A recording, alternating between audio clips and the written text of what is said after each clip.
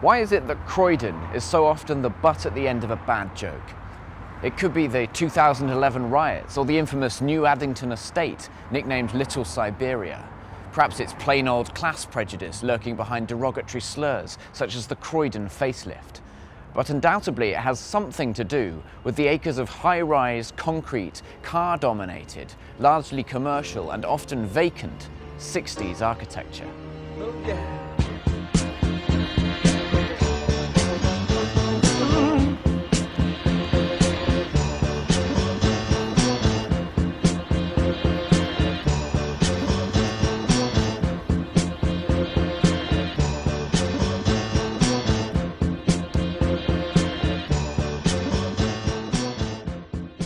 So Croydon has a bad reputation generally. People hear the name Croydon, they're often likely to say it in a slightly sneery way. They're not necessarily going to talk about Croydon in glowing terms. Now, when people think of Croydon, they think about IKEA, they think about Wellesley Road, they probably think about Fairfield Halls because they've probably seen a panto there at some point.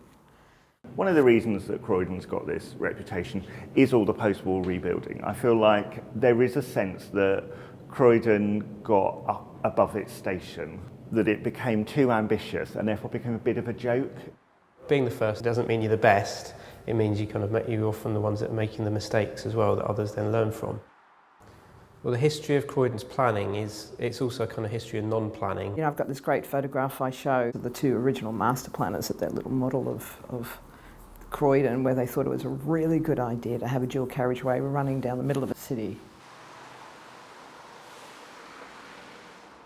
There was a very powerful local politician called Sir James Marshall. He was responsible for a lot of the really big changes that happened in Croydon. He was hugely ambitious for the town and for himself, and wanted to try and transform Croydon from a fairly small market town into a great big kind of powerhouse in South London. I don't think before or since there's been one person that's had that amount of influence in Croydon. It was pretty much a sort of one-man campaign. He really saw himself as a sort of the singular figure that was going to make all the difference. He was like a real fixer, you know, he was almost like a sort of mafia boss. Marshall was extremely ambitious and set his sights on making Croydon a forward-thinking, modern city of the future. He pursued this goal with single-minded aggression and in 1956 forced through the Croydon Corporation Act, a bill which allowed him to circumvent planning laws, demolishing and rebuilding the entire city centre. However, the real opportunity arose with the 1963 Brown Ban. George Brown, then Deputy Prime Minister, blocked the erection of tall buildings in central London, and growing businesses soon turned to Croydon as an alternative. Marshall and his cronies simply sat back and watched 6 million square feet of office space shoot up as a commercial feeding frenzy descended on the town. You can imagine how excited people were at the time when all of this stuff was happening. In a very short period of time, around about 10 years, where it went from sleepy market town to city of the future. For the people of Croydon though, seeing your town dug up and transformed from what were just, semi-detached houses, schools and stuff that turned into suddenly this enormous business district must have been a phenomenal sight. But Croydon was where it's at, or where it was, working for Nestlé. Well, it was all new to us.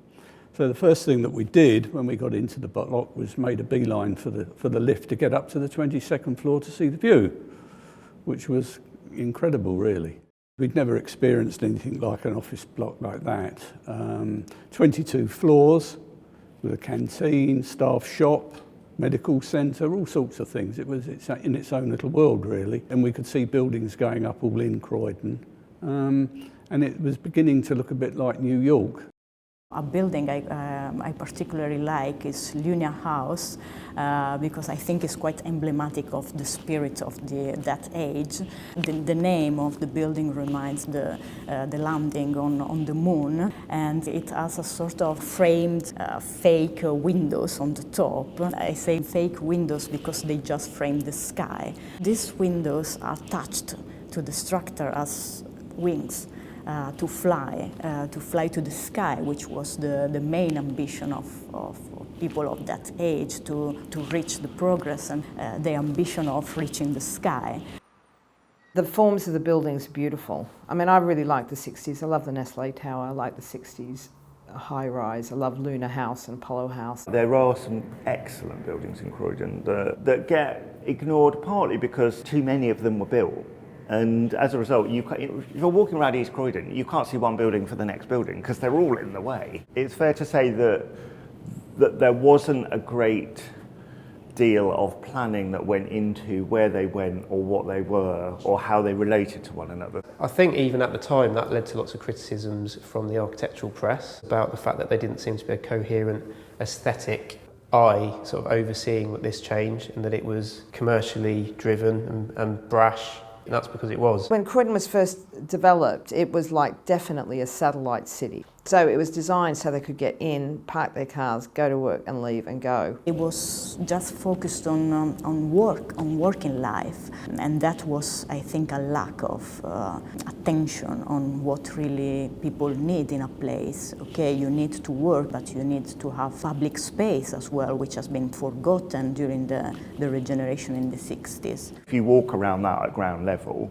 it doesn't make any sense. It's all ramps going down underneath buildings and surface car parks and buildings on stilts. So there isn't really anything happening at your level other than sort of mess.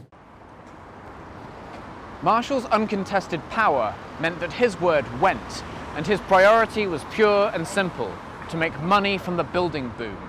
But as the city centre was overtaken with monolithic office blocks, the pedestrian realm was increasingly unfriendly, uncomfortable, and dangerous.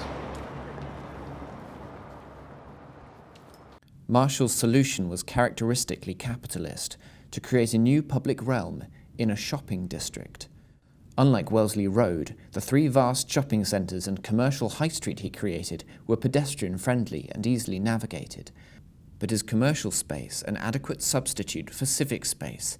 In the warm, air-conditioned bubble of a mall, the citizen is reduced to a consumer, only able to participate in public life through spending money. Croydon really was built for affluent people. You know, James Marshall wanted to attract a lot of middle-class people to the town working in financial services and office jobs. It's all about consumerism, and if you don't have any money, but that is your town centre, and that's all it has, you feel really alienated by it. What you've got is a baseline of like a halo of a commercial area.